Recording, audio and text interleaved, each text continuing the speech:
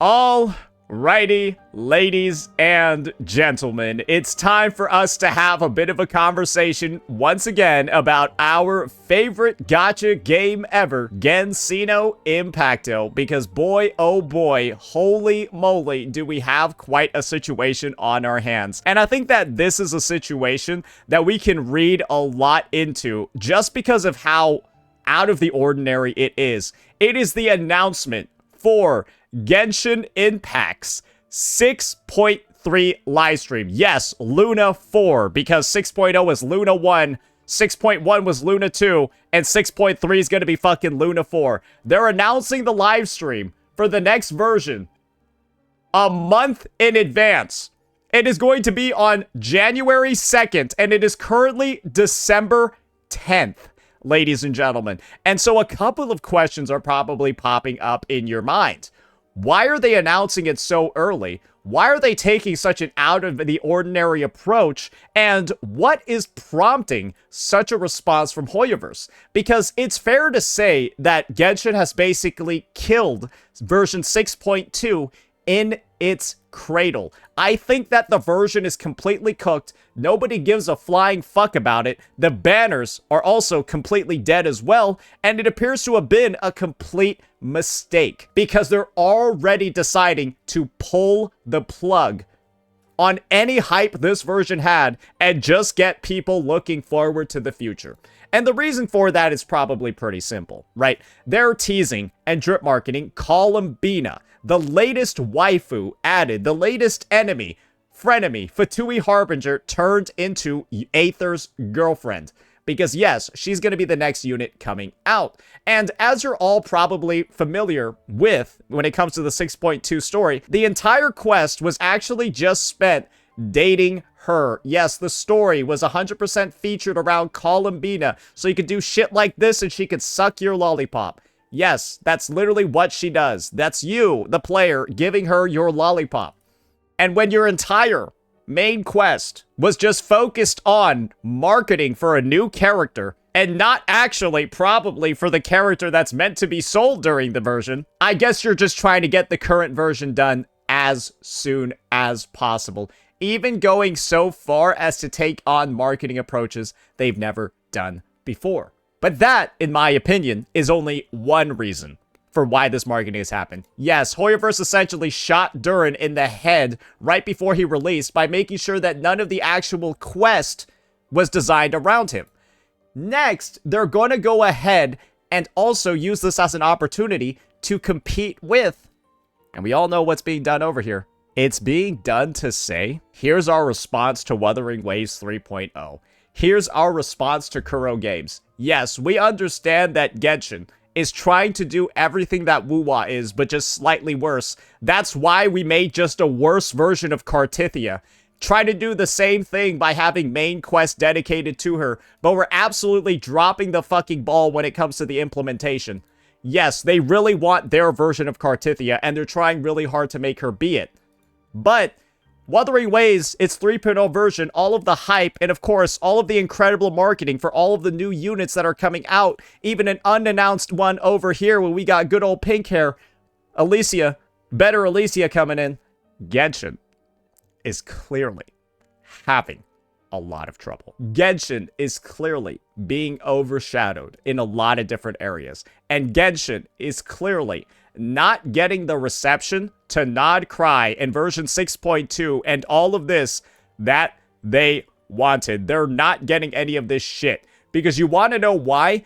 The version was released on December 2nd. And they're already saying goodbye. 8 days into the present version, they released the drip marketing and the live stream announcement. These developers, this company, and this player base, they're so desperate. It is unbelievable. And I think that 2025, when you take a look at the track record of HoYoverse, you take a look at how all three of their games have literally dove off the deep end into the fucking dumpster, and you know that Genshin was literally the only saving franchise, the only saving grace all of HoYo's franchises had left. It's insane to see that Genshin is already giving up on itself too.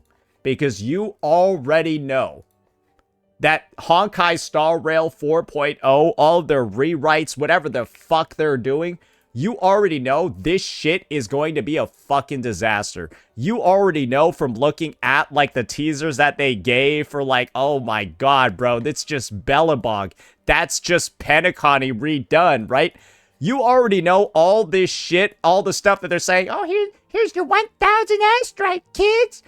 Hey, hope you enjoy the worst version ever for 2 more weeks. Here's 1,000 Astrite. Also, we got Phase 3 banners, too. Yep, Phase 3 banners. It's almost unbelievable, right? It's almost unbelievable how you can tell the devs just gave up here, too. 1,000 Astrite essentially means they don't care anymore. Otherwise, they would have given you more because they have Phase 3 banners. They account for the 2 weeks in their banner schedule, but give you 1,000 more fucking pulls, or 1,000 more fucking resources for pulls. Brother, 6 pulls. What the hell are we doing here? And then you got Zenless Zone Zero, right? Brother, I still can't believe that with the whole VA shit that was going on, right? All of that stuff. I'm still mind blown that these developers over at HoYoverse managed to fuck it up in this game too. It's like, hey, by the way, we're rewriting everything for 4.0 and also extending the worst patch in the history of the game by 2 more weeks. By the way, our story patch, all of our key story characters won't have fucking voices. Oh, by the way, here's 100 polychromes for ruining your story experience. By the way, our story's not replayable. And so, if you play it without the voices, you'll never be able to play it with the voices. Here's 100 polychromes, retard. Because you're retarded if you're reading this, because that means you're playing our game and we don't give a fuck about the players. One-time story experience ruined, 100 pulls. Patch extended by 2 weeks. Worst patch in the universe, 6 pulls. Completely fucked up the actual version update, time gating I forgot to mention this. Guys, 6.2 had way more issues as well. They had all the time gating shit on the entire story. They're locking off character quests unless you own the character. So you have to basically engage with the gacha to enjoy all this game's story. They have like they added a bunch of pay to win shit to this game as well. I don't understand how one company can manage to fuck everything up in all of its games all at the same time. Guys, this happened on November 23rd. This is all within the past 2 or 3 weeks.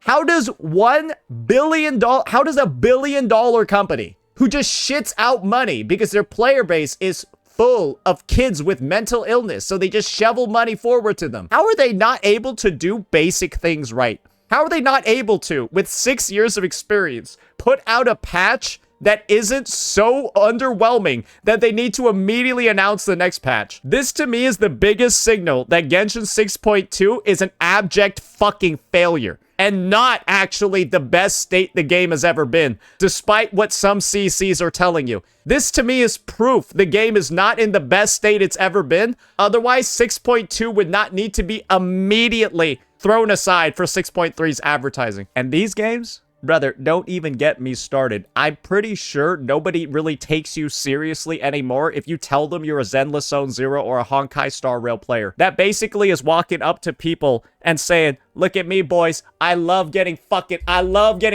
milked. Just milk me, boys. I'm a fucking cow. That's what you're saying at this point if you're still a player of any of these games. Because what have the devs been doing to you for the past couple of fucking months, man? Power creep, useless characters, meta shifts that make strong characters now useless because the devs can't balance the fucking game. Super break is back, but by the way, you can deal super break damage without breaking the enemies.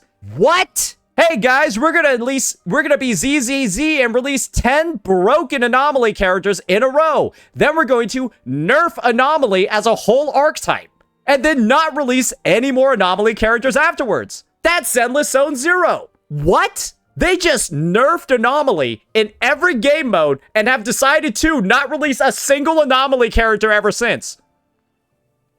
What? How are you still playing these games? All they're here to do is rug pull you with every meta so that they can sell you another team every 3 months. A whole fucking team. Not just replace one character, replace all 3 fucking units. You want to know who got power crept now? You want to know who's actually not useful now? This fucking unit. They managed to make support so strong in this game, she's now useless. How the fuck did she? It hasn't even been a year since she released. This would be like Shorekeeper being useless in present day WuWa. They managed to do that. They power crept their version of Shorekeeper. Because you want to know why this character is useless? Guess what? Because all you can play in the end game is fucking Rupture. And guess what? Rupture has their own Astra Yao. It's called Lucia. They couldn't make the supports general. They had to make an entire new stat called Sheer Force that she doesn't give, but Lucia does.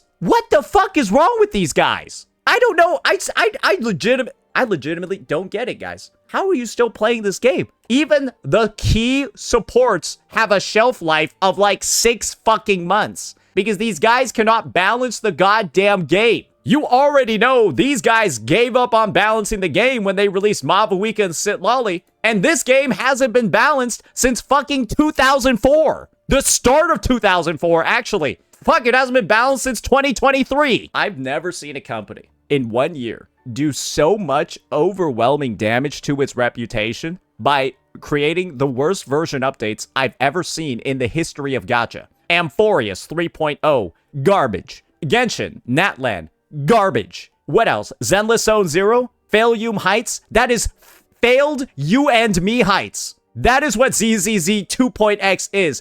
Failed you and me. What a fucking disaster. Do you all know what Zenless Zone Zero has done across the 2.x version?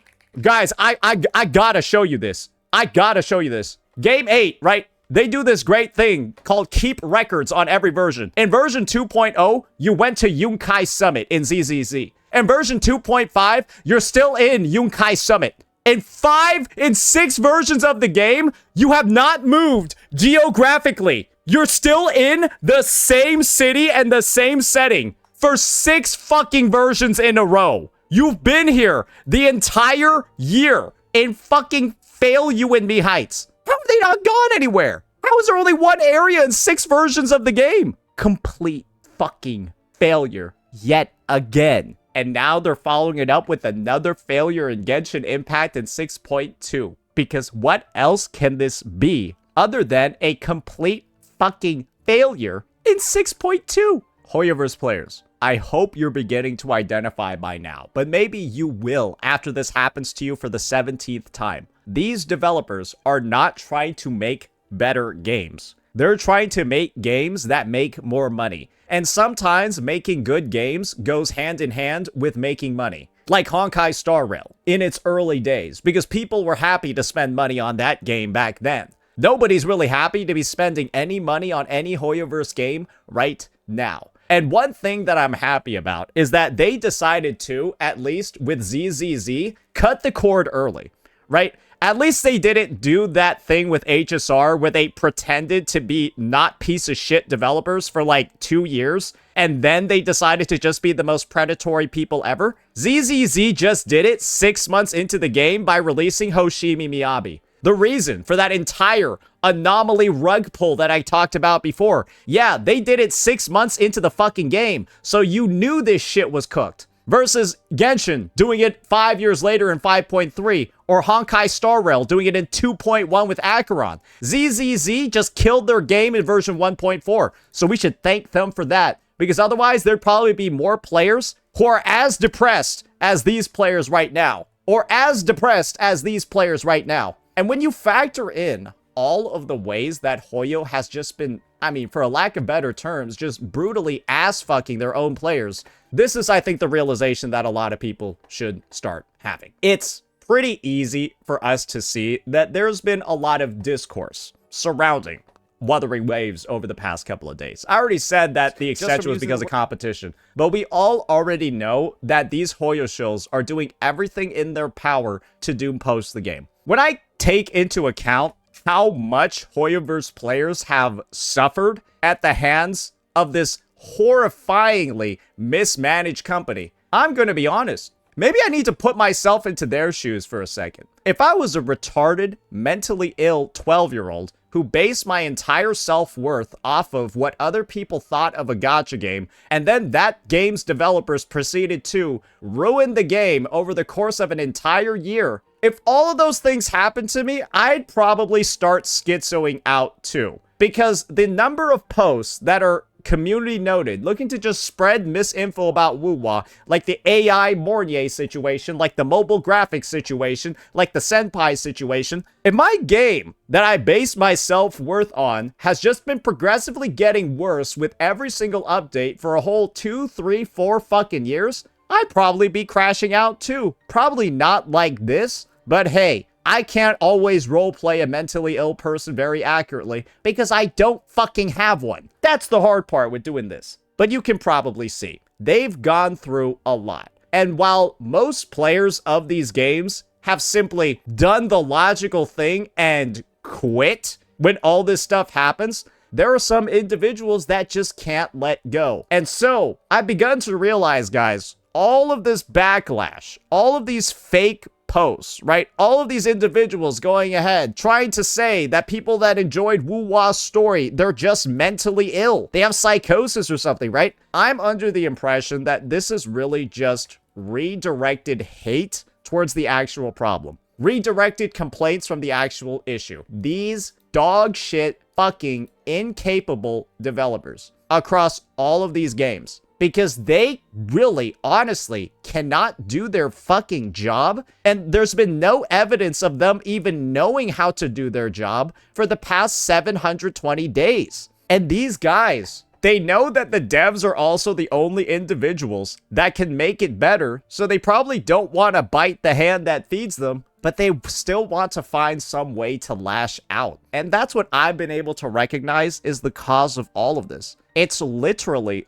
all HoYoverse's fault. Because if these guys had an actual good game to play, because they don't have a good game here, they don't have a good game here, and they don't have a good game here, if these guys actually had a game to play to take up their time, they probably wouldn't be doing shit like this. But because Hoyo is the most worthless developer I've seen when it comes to managing their games, it looks like Wuthering Waves is going to have to pay the price, ladies and gentlemen. That's just how it is. The WuWa community has to pay the price for HoYoverse not updating their games properly. What the fuck, man? But when you listen to my reasoning, you see everything that they've done across their games. And then you see that there's a one-to-one relationship with WuWa doom posting and bad Hoyo updates. Sometimes you just got to realize the fork is actually found in the kitchen, ladies and gentlemen.